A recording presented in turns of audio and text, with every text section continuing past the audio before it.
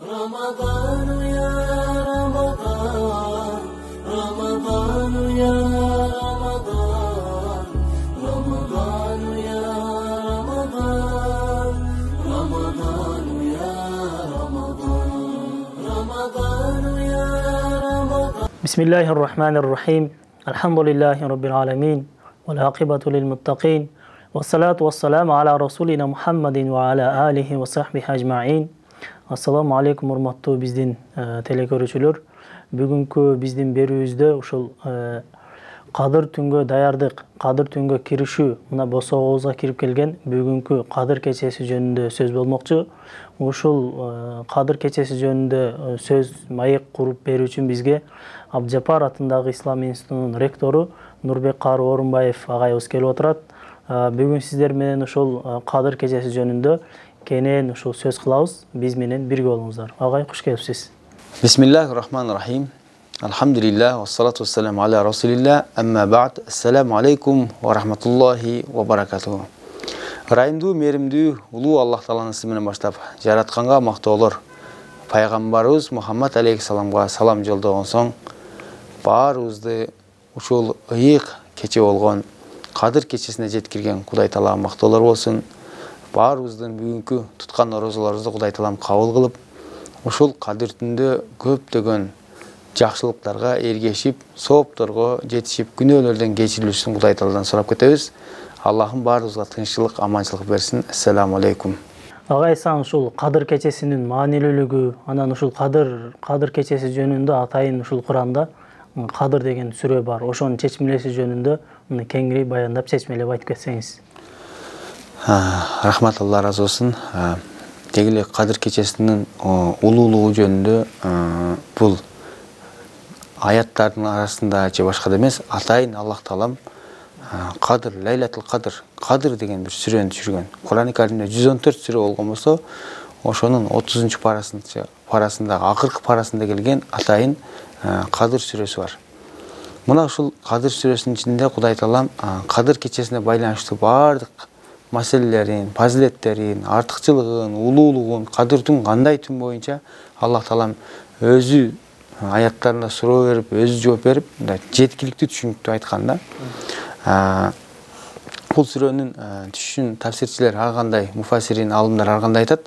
Бирок негизи биздин мурдагы коомдор өтө жаштары улуу болушуп, ибадаттарды көп кылышкан, биздин пайгамбарыбызга кийинки сахабалар арыз муң айтышкан дейт.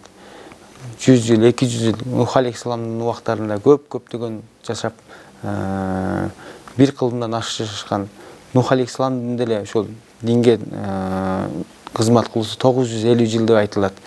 Иши кылса сахабалар пайгамбар алейхиссаламга биздин өмүрүбүз кыска экен, кандай ибадат кылып калабыз? Биз өтө эле кыска болуп калды биздин ибадат кыла турган убакыт дегенде пайгамбар алейхиссаламга ушул сүрө түшүрүлгөн дейт. Анда эмесе кадыр сүрөсүн окуп, анан маанисине киришели. Аузу биллахи минаш шайтанир раджим.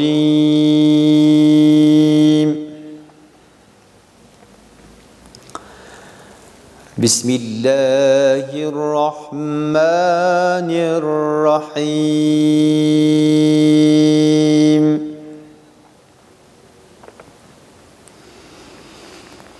Inna anzalnahu fi laylatil qadr wa ma adraka ma laylatul qadr. Laylatul qadri khayrun min alfi shahr. Tenezzalul malaikatu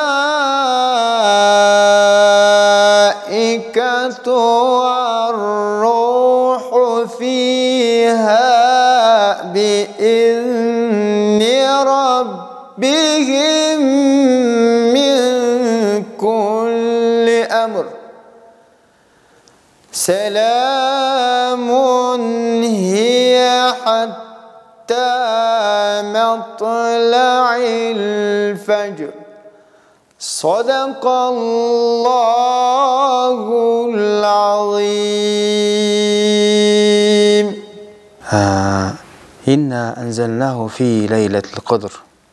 Allah Taala çındığında biz hiçbir şek kümensüz Kur'an'da biz Kadir gecesinde düşürdük dedi. Minel lavhul mahfuz ila sema'd dünya. Lavhul mahfuz деген Allah Taala'nın sırları, bardıq taqdirlar yaşılgan özünün kitabının asman dünyasının oşol lavhul mahfuzdan bul asman dünyagı Allah Taala cümleten vahideten bardıq Kur'an-ı Kerim'de toluk 30 paraсын oşol dünya asmanına düşürdü dedi. Allah Taala жалпы Kur'an'da emne lavhul mahfuzdan şu dünya asmanına düşürdü. Keyin dünya asmanına düşkөндөн keyin пайгамбарыбызга 23 yılдын içinde bölünüp har qanday qırdallarga, har qanday maселелерге байланышып жүрүп отуруп аят кээде сүрөт түшүрүп отуруп анан пайгамбарыбызга ошо Маккада, Мадинада экөө биригип 23 жыл болуп Кур'ан-ы Керимди жерге 23 жылда түштү. Бирок асманга Алла Таала ошо Кадыр кечесинде бир эле күндө түшүрүп койгон экен, бир түндө түшүрүп койгон экен. Ошон үчүн бул Кадыр кечесинин улуулугу Кур'андын түшкөндүгү үчүн biz ар дайым айтып кетебиз, ушул ыйык Кур'ан-ы Карим кайсыл жерде байланышып, кайсыл жерде жүргөн болсо, ошол нерсенин бардыгы ыйык улук болуп эсептелип калат экен да. Негизи Кадыр түн Рамазан айы дейбиз, Кадыр түн дейбиз. Бул кадимкидей эле бир айлардын, күндөрдүн мындайча айтканда bir суткасы бар кадимкидей. Башка суткаларда 24 саат болсо, булардын ичинде эле 24 саат бар. Рамазан айы башка айларда 30 күн болгон болсо, бул деди эле 30 күн бар. Жөнөкөй айлардын катарында. Бирок Рамазан айынын улуулугу ошо шахр Рамазан аллази унзила фил Кур'ан. Ошол Рамазан айында Кур'ан түшүп баштаган үчүн Рамазан айы айлардын султаны болуп өзүнчө ыйык ай болуп калды. Ал эми ошол Рамазан айынын ичинен дагы бир эле күн, бир эле түндө Алла Таала ошо Кадыр кечесинде Кур'анды түшүргөн үчүн Кадыр кечесинде улуулугу ушунчалык улуу болуп кетти да. Ошон үчүн бул Кадыр кечесинин улуулугу Кур'андын толук түшкөн күнү болуп эсептелинет. Аллах Таала айтат 2-нчи аятта: "Ва ма адрака ма лейлатул кадр." Пайгамбарыбыз алейхиссаламга Алла Таала Кадыр түндүн улуулугун өзү суроо берип атат Кудай Таалам. "Ва ма адрака ма лейлатул кадр." Ой Мухаммад алейхиссалам, сен Кадыр түндүн улуулугун кайдан билесиң? Кадыр түн эмне экенин билесиңби? Бул деген сөз бизге деле суроо. Алла Таала дароо эле Кадыр түндүн улуулугун айтып кетпестен бир сыйра Кадыр түн жөнүндө суроо берет. Негизде эле биз адамдарга услубубуз ушундай го. Бир негизги бир маселени баштай турган болсок, суроо берип алып туруп, анан эч ким жообун таппаса, же болбосо чала була жооп бергенин кайра айтсак, элге түшүнүктүүрөөк болот да. Бул пайгамбарыбыздын өзүнүн методу деле ушундай болгон. Кээ бир хадистерде атадруна манил муфлис, банкрот болгон адам ким экенин билесиңерби деп сахабаларга суроо берет эле. Bir маселе, негизги бир орчундуу маселеде пайгамбарыбыз бир сыра суроо берип алып туруп, анан тиги адамдар жооп бере албаганы кайра өзү жооп берген. Ошол сыяктуу дагы бул жерде да Алла Таала "Ва адрака ма лейлатул кадр." Кадыр түндүн Кадыр кечесинин улуулугун билесиңби о Мухаммад? Кандай кече экен? Бул эмне деген кече өзү? Буда эмне болгон окуялар болгон дегендей сыяктуу суроо берди дагы. Бул Кадыр түндүн улуулугун шунчалык улуу экенин ушул жерде суроодон байкалып турат да. Аяттын уландысында Алла Таала кайра өзү жооп берип жатат. Кадыр түн кандай күн экенин Аллах Таала өзү баса белгилеп айтты. Лейлатул кадр хайру мин алф шахр. Бул Кадыр кечеси 1000 айдан дагы жакшыраак бир кече. 1000 айдан дагы артыгыраак бир эле кече бар деди. Алымдар ушул жерде чечмелеп айтат. 1000 ай бул 84 жылга барабар да, мына азыркы биздин календарлык эсептегенде 83 жыл канча да ай болот? 84 жылга. Адамдын айтканда адамдын бир өмүрү. Адамдын бир өмүрү. Эми ошол 84 жылга жакын эч бир башка ишке алектенбестен ибадат кылгандын сообу берилип жатат да.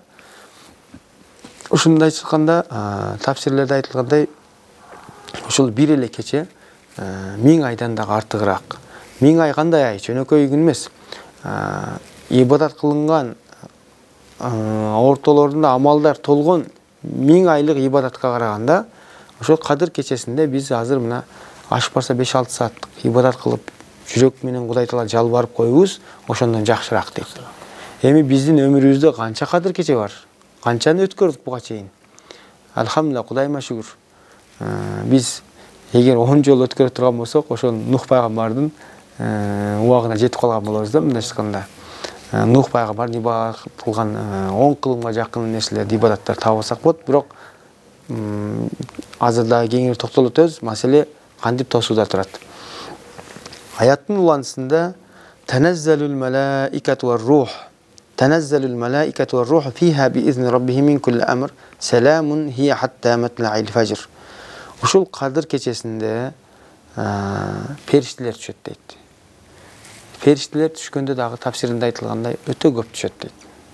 Башка күнү бардык эле учурларда периштелер бизге тийиштүү бир милдеттемелерди алган периштелер түшүп башка кылып турат экен, бирок Кадыр кечесинде касратул малаика, периштелердин шунчалык көптүгүнөн жерде орун месте калбай калат дейт. Аябай ошол периштелердин көптүгүнөн түшкөндүк үчүн ошол күн эмне болуп калат экен? Тынчтык, амандык, Алла Тааланын ошол күн азабы келбейт.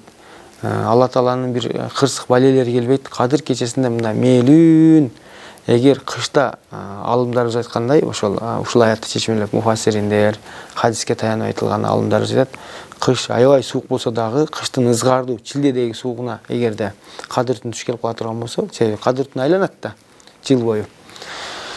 Өтө суук байкалбайт дейт. Же күндүн аптабына саратанга туура келе турган болсо, ошол күнү адамдар кыйналып, шунчалык ысып, терилеп ушундай болбойт, мээлүүн өтө салкын болот дейт. Кыштын мезгилине туура келе турган болсо, бир аз жылуураак болуп адамдарга эмне кыйынчылык жок. Себеби Алла Тааланын райымы жааган үй. Райымы жааган күн ушул мына Кадыр кечеси болот экен. Периштелердин дагы өтө көптүк туруп, жерде бир дагы адам менен учурашпай өтпөйт дейт периште. Бардык адам менен учурашат, бирок адам баласы бул нерсени билбейт экенбиз. Периштелер өтө көп түшөт. Tanazzelul malaika var-ruh, Жабраил алейхиссалам өзү баш болуп түшөт экен. Жабраил алейхиссаламдын жерге түшүүсү бул анча-мынча нерсеге түшпөйт. Жабраил алейхиссаламдын ушул аятта айтылгандай эң улуу иштерге гана түшөт дейт.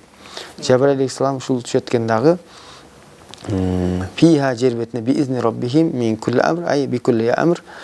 Алла Тааланын уруксаты менен, Алла Тааланын амри менен жерге түшүп, ошол тафсирде айтылгандай 1 жылдык Алла Тааланын тагдырларын жазып кетет дейт. 2022ден баштап азыркы 2023ке чейинки адамдардын пешинесинде кандай ырыскыларды, жакшылыктарды, баардык нерселерди 1 жылдык тагдырыбызды жазып кетет дейт. Саламун хия хатта матлa'il фажр. Мына ошол Кадыр кечеси саламун, тынчтык, саламатчылык, мындай айтканда амандыктагы түн болот. Качанга чейин? Хатта матлa'il фажр. Фажр убактына чейин. Таң сүргөнгө баштап. Биз әле таң сүргөн убакыт дегени бул баамдаттын убакыты киргенге чейин. Азан айтып баштайт го, оозду жабабыз го. Оозду жапкан убакытка чейин Алла Тааланын тынчтыгы убактысы болот. Эми ушул жерде дагы алымдарыбыз бул сүрөнү өтө бир ыйыктыгы боюнча, касиеттиги боюнча көптөгөн сөздөрдү айтышкан. Биз ушул күнү bir gündük аябай мындай айтканда чечүүчү биздин тагдырыбыз жазыла турган күн болотса, башка күн болотса, ушул күнү уктап, же болбосо Кадыр түнгө көңүл бөлбөй өткөрүлгөн бул такыр туура эмес. Кудай Тааланын чоң райым рахматы бөлүнүп жаткан ушул күндө. Мисалга алып карай турган болсок,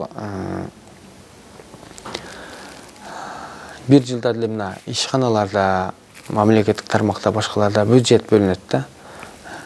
Ал бюджет бөлүнүш үчүн адамдар өзүнүн 1 жылдык иш планын, башка нерсесин, аткарыла турган иштерди, баардык нерселерди жазып барып, ошонун сметасын чыгарып, бизге 1 жылга биздин айыл өкмөткө мынанча акча керек, же болбосо биздин ишканага мынанча нерсе керек, ушул иштерди жасайбыз дейт.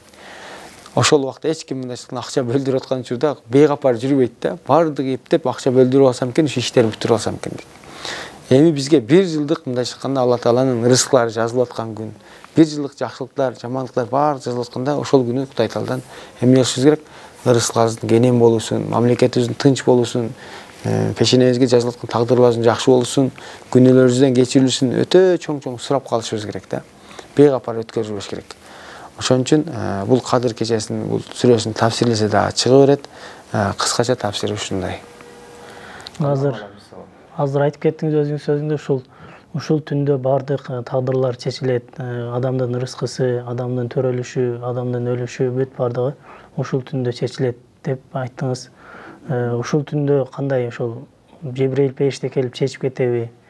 Же кандай? Ушул жөнүндө кененирээк айтып кетсеңиз. Аллах Тааланын негизи тагдырында бар. Биздин өмүрүбүз, биз жарал электен мурдагыбызды бул дүйнөгө келип ким каяка барат, кандай болот, баардыгын Лаухул Махфуз деген Аллах Тааланын өзүнүн асмандын өзүнө байланыштуу болгон бизче айтканда сыр китеби деп коелучу. Лаухул Махфузда сыр китебинде, яны эч ким окуй албайт, эч ким периштелер да окуй албайт, башка шайтандар, жиндер да уурдай албайт. Ошол китепте биздин тагдырлар жазылган. Бирок ошол нерседен Жабраил периште 1 жылдык нерсени алып келип, ошону бизге тагдырлап кетет. Жабраил алейхиссалам өзү тагдырлай албайт, ал колунан келбейт. Болгон Алла Тааланын тагдырынан алып келип адамдарга ушул жылдан баштап келерки жылга чейинки нерселерди жазып кетет да. Аны Жабраил периште 1 жылдык гана нерсесин билет дейт. Кийинки жылдардыкын билбейт дейт. Себеби Алла Таалам өзү гана билет. Кайыпты эч ким билбейт Кудайдан башка. Ошон үчүн бул нерседе ушул жерде алымдар жазат. Эми эгерде тагдырлар жазылган болсо, Жабраил периште ошол нерсени алып келип жазып кеткен болсо, аны ким өзгөртө алат эле? Баары бир биз дуа кылсак, кылбасак деле тагдырыбыз жазылды да. Эми биз мындай бул Кадыр түндөн сырткаркы деле мындай айтыла турган нерсе. Кудай Таала биздин тагдырыбызды жазган болсо, биз эмне аракет кылабыз? Кала биз пешене жазылганын көрөт экенбиз. Туура пешене жазылганын көрөбүз. Адан эч ким тагдырдан эч ким чыгып кете албайт. Чийинден эч бир чыйкын дагы бир жака сантиметрде эч ким чыга албайт. Кудай Тааланын баардык ирадасы менен, калоосу менен, өкүмү менен, казасы менен болот. Бирок деген нерсе ошол биздин кандай жашайт экенибизди, келечекте эмне болот экенибизди Кудай Таала билет. Ошого жараша жазылган.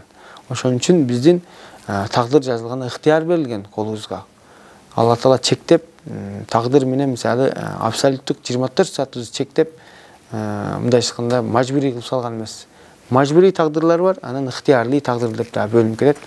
Мажбурий бизди Алла Таалам адам кылып жаратты, тагдырга жазылган экен, эркек кылып. Эч качан биз тагдырыбыздан өзгөрүп аял боло албайбыз. Аялдар эркек боло албайт. Алла Таала бизди адам кылып жараткан экен, айбан болуп кете албайбыз. Адам эле ойдон калабыз. Жей турган кылып коюлду. Баары бир кала тагдырга баш ийип, бул жерде мусулманы да, мусулман эмеси да, атеисти дагы баары бир Кудай Тааланын тагдырына баш ийип жашайт. Кимге 60 жыл өмүргө берген болсо, 60 жыл жашайт. Кимге 70 жыл, 70 жыл. Бирок биздин амалдарыбызга ыктыяр берилген. Кааласак соопту жасаганга аракет кылсак сооп жасай алабыз. Аракет кылбай калагандай жашасак, нафсыбызды ээрчип жаман күнөөкөр деле болуп кете беребиз. Аны эч ким колубузду тушап, сен сооп кыл, сен күнөө кыл деп аркабыздан эч ким контролдоп турган жок. Аны өзүбүз менен, ыйманыбыздын деңгээлинде жасайбыз. Бирок ушул жерде жакшы суроо бердиңиз. 1 жылдык жакшылыктарды эмнени сурап калыш керек? 1 жылда эмне ким жазып кетет дегенде, биз Алла Тааладан тагдырды эч ким өзгөртө албайт, бирок дуа өзгөртөт дегенде хадистер бар. Бирок муну чечмелеген алымдарыбыз айткан, бирөөнүн тагдырында эгерде 60 жылдык өмүрү болгон болсо, дуа кылып биз ошол 100 жылдыктай бир жакшылыкты сурап алсак болот экен. Бирөө 60 жыл жашайт, бирок 100 жылдык нерсени 200 жылдык жакшы иштерди жасап кетет дейт. Эч ким жасап көрбөгөндөй, тарыхка эч ким мындай нерсени кыла элек нерсени ошол кыска өмүрдө эле адам жасап кетип калышы мүмкүн. Ошол 60 жылдык өмүрү өтө берекелүү, көп соопторго толгон, жакшылыктарга толгон, эл үчүн, жер үчүн чоң пайдаларды келтирип кеткен азаматтарыбыз бар. Бул өмүрдүн берекелүүлүгү. Ошон үчүн багы өмүрдүн узактуу болсун, башка болсун деп сурай беребиз. Кээ бир адамдар болот дейт, аябай 90-га 100-ге чыккан жашы узак. Пайгамбар алейхисаламдын хадисинде айтылгандай,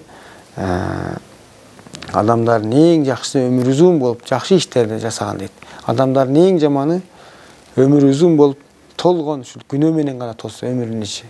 Эч өзү үчүн, өзгө үчүн пайда келтирген эмес, эл жер үчүн пайда келтирген эмес. Жалаң күнөөкөр, теңирден тескери болгон адамдардын эмне 100 жылдыгы бул берекесиз. 100 жыл жашаса деле ошол 50 жыл жашап кеткен адамдын өмүрүнө тете болбой калат экен да. Ошон үчүн биз өмүрүбүздү пайдалуу өткөрүш үчүн башка нерсени көптөгөн жакшылыктарды ушундай кадыр кечесинде сурап калышыбыз керек. Ушул кадыр кечеси бул орозонун 30 күнүнүн биз кайсы күндөрүнөн издешибиз керек? 30 күндүн баарынын түндөрүндө болуп калышы мүмкүнбү? Же кайсы күндөрүндө болуп туура келиши мүмкүн? Буну пайгамбар алейхисалам жакындатып бизге жеңил ачык эле айтып кеткен. Күндөрдүн биринде пайгамбар алейхисалам кадырдын кайсы убакыт болорун ачык, айкын Алла Тааладан кабар келип, сахабаларга чыгып, эшикке чыгып айтайын десе, бир эки кишинин бир аз араздашып кеткенин көрүп калат дагы. Ошого көңүлү ой бөлүнүп кетет дагы. Кадырдын так сан экенин эсинен чыгып кетет. Мынанчасы деп сүйүнчүлөп чыгып айтайын деп чыгып атканда, көрдүңүздөр ушул жерде да араздашуу, жаңжалдашуу көптөгөн жакшылык тосуп коет да. Башка бирөөлөр араздашып атса дагы беракта турган адамдарга зыян. Ошон үчүн пайгамбар алейхисалам унутуп калды дагы, анан кийин так күнүн айта албай калды. Бирок пайгамбар алейхисалам башка бир хадистеринде айтып кеткендей, илтамисуха фил ашрил авахир. Рамазан айындагы ошо кадыр түндүн издегиле. Акыркы 10 күндүктө издегиле. Акыркы 10 күндүктүн фил витр так күндөрүн издегиле. 21-түнү. Рамазан айын 21-күнү эмес, түнү. 23-түнү, 25-түнү, 27-түнү, 29-түндөрү бул ушул кадырдын бекитилген. Мындайча айтканда, бир эле 27-ге байлап, биздин Орто Азия бүт көп мамлекеттер 27-ге байлап алганбыз. Куддум ушул күн 100% дегендей, буга да азыр аяттар менен кийин ишараттар бар, чечмелеп кетебиз. Бирок пайгамбар алейхисаламдын эң жакшы методу, эң жакшы усулу пайгамбар өзү кантип тосот эле деген нерсе да. Биз ар бир нерсени пайгамбардан үлгү алабыз да. Пайгамбар өзү кантип кадыр тосот эле десе, пайгамбар акыркы 10 күндүн этикафка кирип кетет эле. Этикаф деген биздин жакшы амалдарыбыз бар. Этикаф деген бул мечитте түнөө мечитте жашоо, ошол акыркы 10 күндүктө мечитте болот эле пайгамбарыбыз. Ал эми сөзсүз эле 10 күн эмес, бир күнгө дагы, бир түнгө дагы этикафтар бар. Ошол кадыр кечелеринде, так күндөрүндө эмне ошол этикафта кылсак болот. Этикаф деген бул өзүнчө бир амал. Пайгамбар алейхисалам ошол акыркы 10 күндүндө ошол 21-ин дагы, 23-үн дагы, 25-ин баардыгын тоскондо сөзсүз бир күн өтүш келет. Кээде ушундай маселе туулуп калышы мүмкүн. Эми Кудай сактасын. Мисалы, орозонун башталышы дагы эгер бир күнгө разница болуп кала турган болсо, анда биздин 21 деп табып атканыбыз 22-ге түшүп калышы мүмкүн, же 20-га. Ошон үчүн акыркы 10 күндүн подряд этикаф тоскон адам эч утулбайт да. Бардыгына түш келет. Ошон үчүн пайгамбар алейхисалам башка бир хадисинде айтылгандай, кимде ким куптан намазын жамаат менен окуса, ошол түндүн жарымына чейин нафил намаз окуп, кыямул лайл түндөлөр намаз окуганга чейин барабар дейт. Кимде ким ошол баамдат намазын жамаат менен окуган болсо, анда түндүн жарымынан таң аткычаңды ибадат кылган менен барабар болот дейт. Ошон үчүн акыркы 10 күндүктө Рамазан айында сөзсүз баамдат менен куптан жамаат менен окуганга аракет кылыш керек. Сөзсүз. Мына айрыкча кадыр кечелерин сөзсүз куптанды дагы, баамдатты, акыркы так күндөрдү, акыркы 10 күндүктү ушундай колдон чыгарбаш керек да. Кандай гана ишибиз болсо, ошондой болсо кадыр түнгө түш келгенге да барабар болуп калабыз иншалла. Эми акыркы пайгамбарыбыздын методу негизи ушундай, усулу ушундай болду. Акыркы 10 күндүн подряд эле этикафка турду. Бирок биздин кадыр кечесинин 27-сине байлагандагы алымдарыбыз, муфассириндер азыркы Ижазул Кур'ан деп коет. Кадыр сүрөсүндөгү цифраларга, Кадыр сүрөсүнүн ичиндеги сөздөргө токтоло турган болсок, 27-ге ишараттар бар. Көп, ишараттар көп. Эмне үчүн 27-ге токтолуп калганда негиздүүлүгүнө экендигине башкасын кыла албай калсак да, алсыз болсок дагы ушул эмне жок дегенде 27-син жакшы өткөрүшүбүз керек. 27-сине токтоло турган болсок, мына бул жерде адады калимат суратул Кадр саласин калима. Кадыр Куданын кудуретин караңыздар. Кадыр сүрөсү ушул өзү кыска эле сүрө. Ушул кыска сүрөнүн ар бир сөздөрүн инна анзалнаху фи алайлатил кадр деп ушинтип эсептегенде инна 1, анзалнаху 2, фи 3 деп ушинтип сөздөрүн эсептесек, хатта матла фажр аяттын бүтүнүн 30 сөздөн турат экен. 30 сүйлө эмес, 30 сөздөн. 30 дегени бул Рамазан айындагы, кадимки айдагы 30 күн. 30 күн. Андан кийинки таң калыштуу нерсеси адада ахруфа 114. Кадыр кечесин, Кадыр сүрөсүнүн ушул жалпы тамгалары 114 тамгадан турат экен. Куданын кудурети. 114 сүрө. Бул 114 тамга деген бул Курандагы 114 сүрө деген сөз. Куранда 114 сүрө бар. Андан кийинки аяттын акырында Саламун хия хатта матлаил фажр деп, Саламун хия. Ал түн тынчтык болот деп айтылып аткан тынчтык деген. Эми ал деген сөз, хия деген сөз бул ошол Кадыр кечесине кетип атат. Лайлатул Кадыр деген сөз бул женский род. Бул жерде хия дагы женский род. Ал деген сөз ошол 27ге түшүп келет. Ал күнү тынчтык болот дегенде ошо ал дегенде эсептеп келип 1, 2, 3, 4 деп келип ал деген сөз, хия деген сөздү караса 27-цифранын тушуна келет. Ал деген бул Кадыр кечеси 27си дегенге мындай ишарат бар. Бул таң калыштуу нерсе.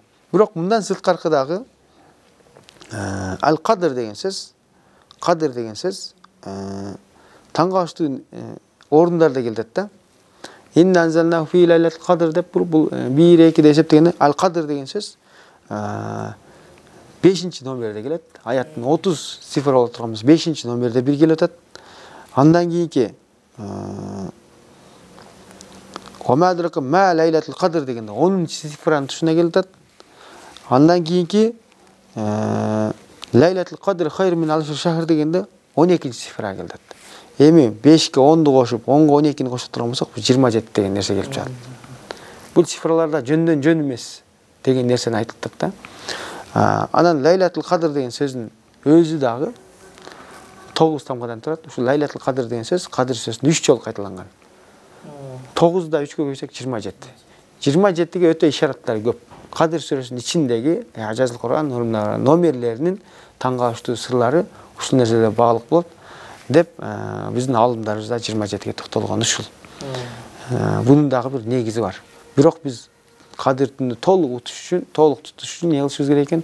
Колдон келишинче акыркы 10 күндүк этикафка кирип, акыркы этикафка кире албасак дагы үйдө сөзсүз ошол куптан менен бамнат намазын жамаат менен окугандан кийин үйдө сөзсүз таравийден сырткары нафил намаздарды окуп, кыска болсо да дуа кылып, ушундай кылып коюшубуз керек. Ошондо Кадыр кечесине сөзсүз эмне туш келебиз иншалла. Ушул Кадыр кечесинде кандай амалдарды көбүрөөк жасаш керек? Кандай амалдарга көп басым жасаш керек? Анан негизи эле ушул Кадыр кечесинде белгилүү бир амалдар барбы? Пайгамбар саллаллаху алейхи вассалам ушул өзүнүн өмүрүндө көбүнчө ушул Кадыр кечесинде кайсы амалдарды аткарат эле? Ошол жөнүндө дагы. Албетте бул эң негизги суроону бердиңиз окшойт азыр. Баягыдан бери Кадыр түнүнүн улуулугу, жагандан бери Кадыр түнүнүн улуулугу, Кадыр түнүнүн ыйыктыгы, Кадырдын кандай түн экенин толук айтып өттүк. Эми Кадыр түнүнү кандай өткөрүш керек? Кандай эле Кадыр түнүнү кантип тосуш керек? Эмнелерди аткарыш керек? Кадыр түнүнүн эмнелерди сурап калыш керек? Бул өзүнчө чоң суроо. Негизги мындай суроонун бизге бериле турган пайдалуу нерсе ушул. Бисмилла деп баштаганда эле биз Кадыр түнү жөнүндө айта турган болсок, азыр биздин кээ бирки жарандарыбыз Кадыр тосуну кудум жана майрам катары дастуркан жасап, союз союп, коноктор чакырып, той сыяктуу өткөрөт да. Эми ал деле жоктон көрө жогору такыр мындай жөн бейкапар жүргөндөн көрө ал ушинтип башталат да өзүнүн негизи баш. Бирок биз бардык нерселерди тойго байлай бербеш керек. Бир нерсе болсо эле той, шылтоос. Бул андай күн эмес. Буну кантип өткөрүш керек? Мейли конокко чакырып башка кылып антимитсин, бирок эми Кадыр түнүнүн өзүнүн жол жоболору, өзүнүн эрежелери бар да. Ар бир нерсенин жол жобосу, эрежеси бар. Кадыр түндө биз ошол ар нерсе менен, сырткы нерсе менен, жумуштар менен, конок сыйлоо менен, башка нерсе менен аракет кылбастан Кадыр түнү өзү канча саат? Мына Куптанды окудук, Тарайфты окуп келдик, ооз ачтык, башка кылдык. Азыр мына күн түн кыска. 5 саат, 6 сааттын убактысы да. Өзү убактысы, кадыр түнүнүн убактысы мына шамдан баштап багымдатка чейин. Бирок биз шам окуп, дароо эле ооз ачабыз, анан куптан окудук, башка кылдык. Кадыр түнүнгө жекече калганда аз эле убакыт калат да. Анан кадыр түнү кандай тосуш керек? Кадыр түндү ошол кадыр түнгө чейин бир аз уктап алыш керек. Күндүзү ошол күнү бир аз эс алып, түндү мындай сергек ибадат кыла турган кылып, Пайгамбар алейхиссалам кандай тосор эле дейт. Пайгамбар алейхиссалам ошо акыркы этикаф күндөрүн кандай тосор деген уйку менен намаздын ортосунда эле. Бул деген сөз эс алып, бул бир эле кадыр түн эмес, башка этикаф жалпы 10 күндүн эс алып, кайра кишини эс алып уйкутуп, намаз окуп уктап кетет эле дейт. Кайра дарат алып келип, кайра намаз окуп ушинтип таң аттырып жүрөт эле. Биз эмне кылып таң аттырып жүрөбүз? Кадыр түн тоскондо кемчилик, катачылыктарды айтып коюшубуз керек. Бирөөлөр менен сүйлөшүп отуруп алып кечке. Дасторкондун жанынан 100 саат чыкпай коюу. Жеп ичип эле, же кечке керели кечке телевизор көрүп алуу. Мисалы туура биз кээ бирки үйдөгү анча-мынча жарандар ууп калсын, башка кылып калсын деп запись кылып, ар кандай кылып жолдор менен биз көгүлтүк экранга чыгабыз. Ошону кечке эле молдокенин баяндарын угуп эле нафил намаз окубай эле кадыр түндү билип, улуулугун билип, эмне жөнүндө айтылгандан кийин дароо намаз окуп башташ керек. Зикирин кылыш керек, ал ибадатын кылыш керек. Анан бизде атат болуп калган жана молдокелерибиз баарыбыз эле ушу молдокелер мечитте өчүт менен баян кылып ушундай кылабыз. Элди багында бир аз алаксыздуу. Негизи элдин аң сезими өсүш керек эле. Элдерге кээде маселе кылып койсоң, мечиттин ичинде тынч отурбай, дүйнө сөзүн аралашып ыз чыгуу керек. Ошон үчүн тынч отуруш үчүн акыры айласын маселе кыласың. Элдин өзүнүн аң сезими жетиш керек эле. Ар ким жеке-жеке болду. Кадыр түн болду. Эч кимдин мындай иши жок. Бирөөгө бирөө баягы халакат бербей жана мишайт этпей, даратын алып келип, намазын окуп, Куранын окуп, зикирин кылып, ошол күнү истихбар айтып, Кудай тааладан кечирим сурап, ушинтип отурган. Эң негизи кадыр түндө Куран окуш керек. Арабча билгендер арабча катым кылсын. Куран окуп атып бир аз өзгөрүп башка абалга өтүш үчүн негизи нафил намаздарды окуш керек. Кечке нафил намаз окуй берсен, зикир кылыш керек, истихбар айтыш керек, күнөөлөрдүн кечирилишин сурап, ушинтип алмак-салмак ушинтип эшикке чыгып келип, керектүү учурда дарат алып келип, сергек болуп келип, ушинтип өткөрүш керек эле. Бизди катачылыктар дасторкон тегерегинде отура берүү. Бирөө менен таратка чыккан менен 1 саат тарат алып келип, бирөө менен сүйлөшүп көчөдө. Айрыкча мына смартфон ошол күнү дагы жаңылык саясат чукуп өткөрүп өтө туура эмес.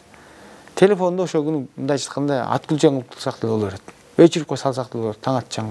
Алаксызат, ар нерсе кылат. Иши ушундай нерселер менен өткөрүш керек.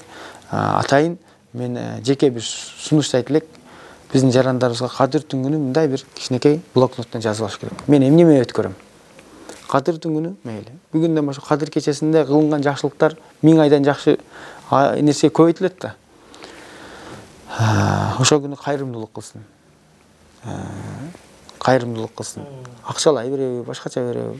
Жалаң мен убактымы тартиптештирип алсын.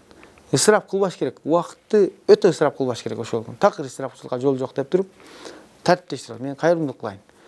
Нафил мынча аракет нафил намаз окуйм, Кудай буйрса. Мынча жолу истихбар айтам, мынча жолу зикирлерди аткарам, мынча пара Куран окуйм. Мынча убакытка дуа кыламын деп ар бир саат менен бөлүп алса, бул уткурбайт ошол адам иншалла. Анан булардын бардыгы чын ыклас, чын ниеттен болуш керек. Пайгамбар хадисинде айткандай, ким кадыр кечесин Кудай таалага ыйман келтирген абалда, Кудай тааладан сообун үмүт кылып, эч рия, эл көрсүн, жер көрсүн, же болбосо бир кошуна барды эле мен эл катары барып коеюн да, эптеп ушу мечитте алаксып убакыт өткөрүп келейин деп эмес, чын жүрөктөн аткарган болсо, ошонун баардык күнөөсү кечирилет, баардык жакшылыктарга жетет дейт. Пайгамбар алейхиссалам башка бир хадисинде Шабан айынын, Рамазан айында мурдагы айда, Шабан деген, Шабан айынын акырларында адамдарга эскертет эле. Эй адамдар, койгонгула, эй адамдар, биздин үстүбүзгө бир ыйык ай келатат. Чоң фазилети, чоң бир Рамазан деген ай келатат. Ошого даярданалы. Ошол Рамазан айдын ичинде бир ыйык бир кече бар, бир түн бар. Ал кадыр түн деген болот. Ошол кадыр түндө баардык жакшылыктарга жетишип калайлы. Ал кадыр түн 1000 айдан дагы жакшыраак болгон ай. Эгерде ким дейт ошол кадыр түнгө өзү жетишип, өмүрү жетип, бирок бейгапарчылык менен өткөрүп жүргөн болсо баардык жакшылыктан кургалат деген хадис бар да.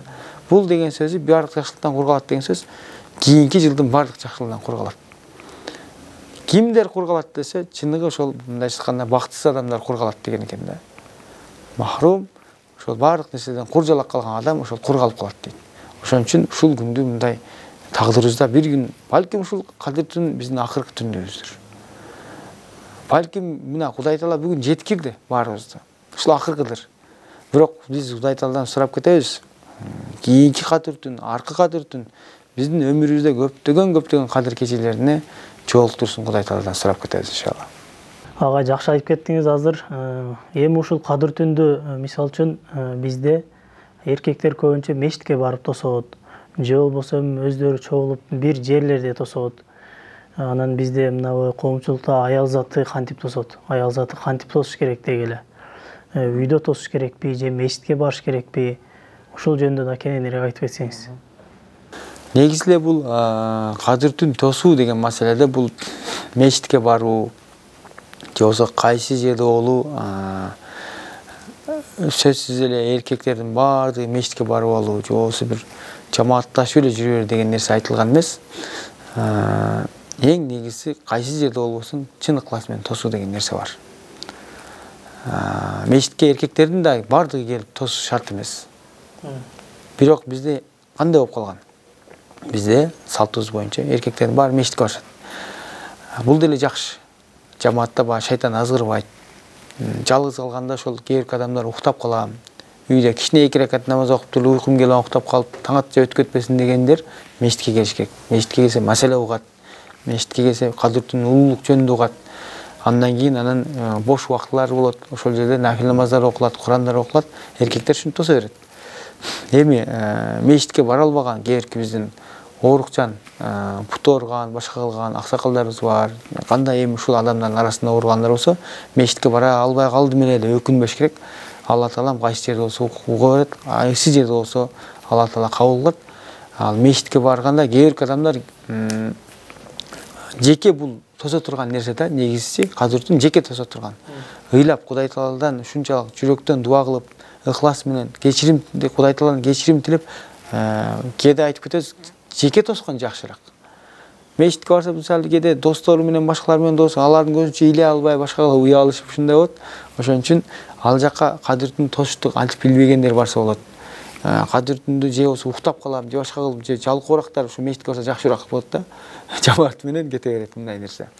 Кадыр түн жол жобосун билгендер, башкалар атайын жеке ибадат кылам дегендер үйдө эле тосса болот. Ал эми биздин аял заттарыбыз мечитке барыштын кажети жок. Үйлөрүндө эле тосса болот.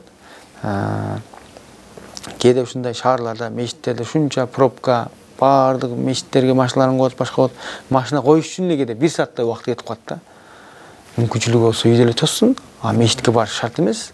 Мечитке барыш шарт эмес.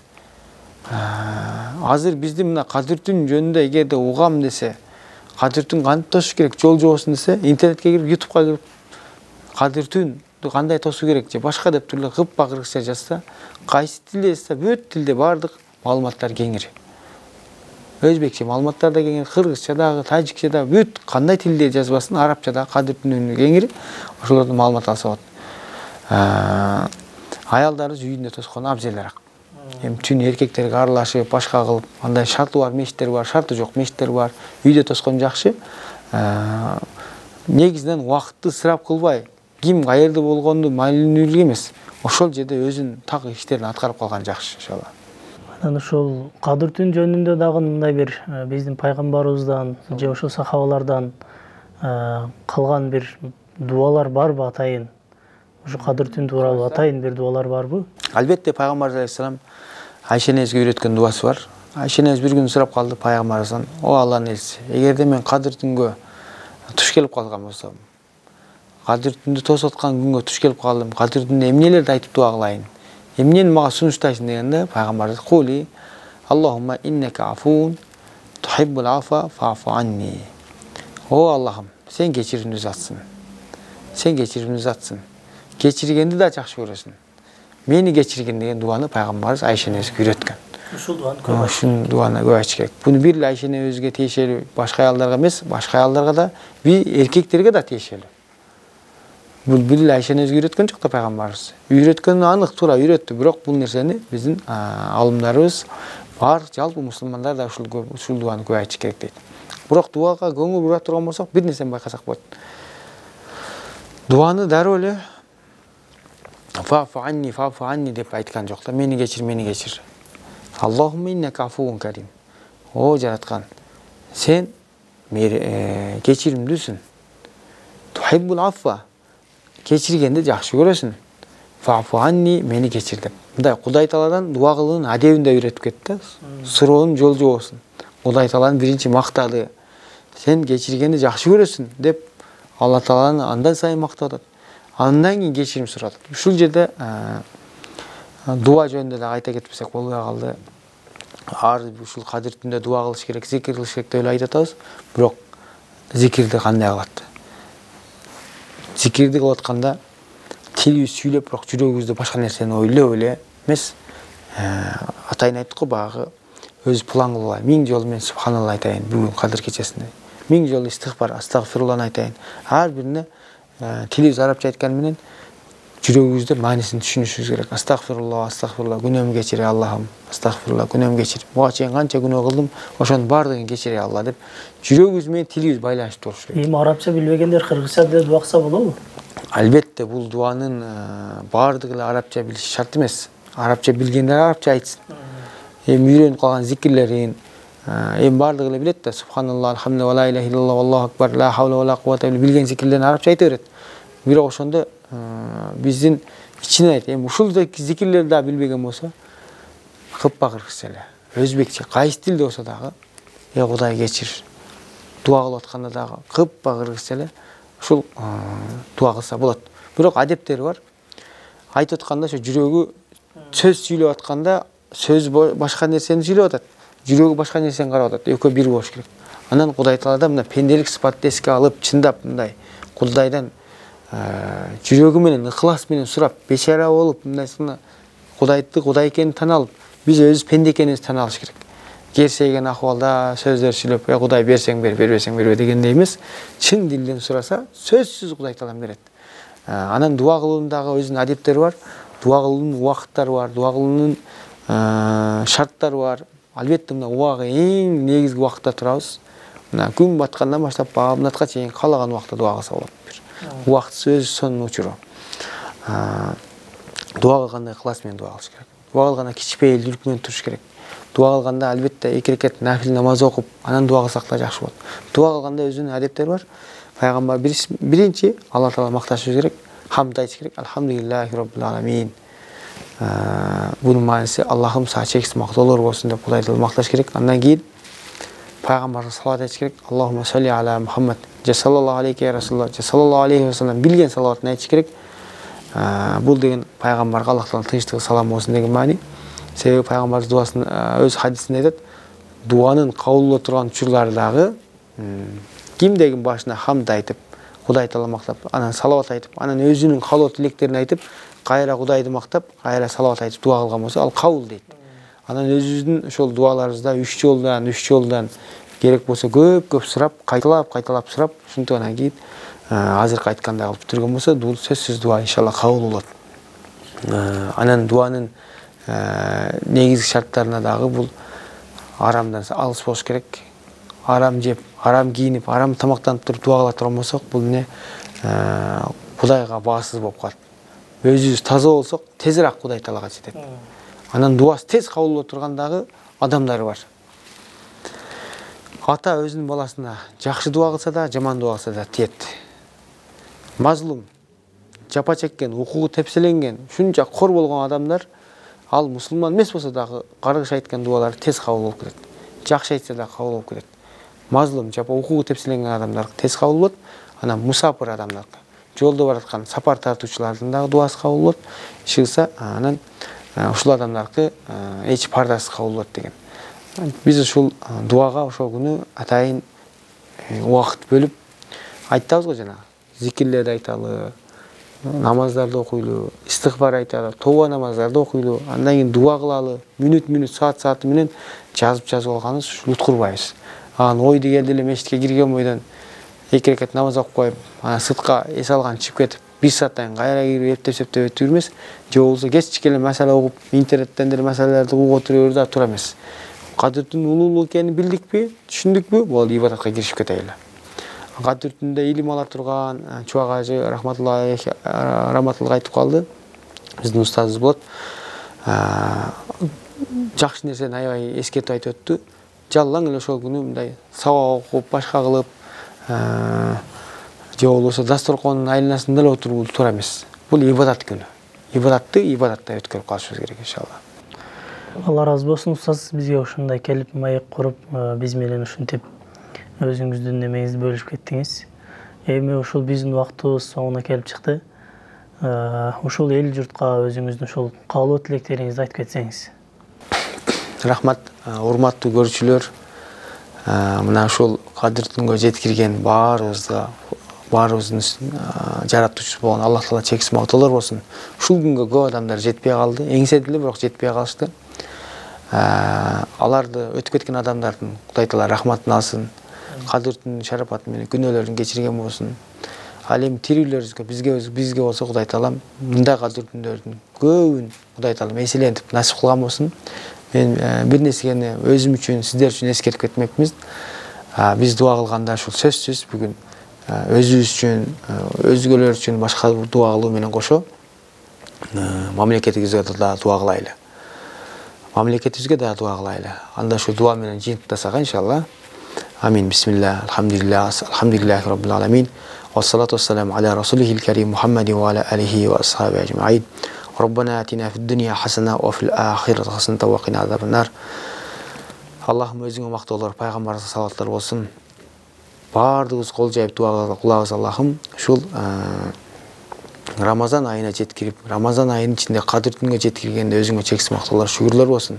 Бүгүнкү күнү бардык мусулмандардын Кудай Таала күнөөсүн кечирген болсун. Бардыгыбыздын күнөөбүздү Кудай Таала өзү кечирип, бардыгыбызга Кудай Таала ошо Рамазан айында кадыр түнүнүн шарапатына 1000 айдан артык болгон соопторго бүгүн бизди баарыбыз жеткиргенге Кудай Таала өзү жардам берсин. Кадыр кечесин жакшы өткөрөйлү, дуа кылалы, зикир кылалы, намаз окуйлу, Куран окуйлу. Ушул биз жашап жаткан эң негизи ушу Кыргызстан мамлекетине Кудай Таала тынчтык берсин, амандык берсин, эл башкарган падышаларыбыздын иштерине ийгилик берсин, адилеттүүлүк насип кылсын. Мамлекетте иштеп жаткан бардык ар тармактагы кызматкерлердин да иштерине ийгилик берсин. Мамлекетибиз өнсүн, өссүн, эч качан жамандык көрбөсүн биздин мамлекет. Биз мамлекетти көзүбүздүн карегиндей сактаганга ар бирибизге сезим берсин Аллахым. Мамлекетибиз өссүн, эч качан кордол болбосун.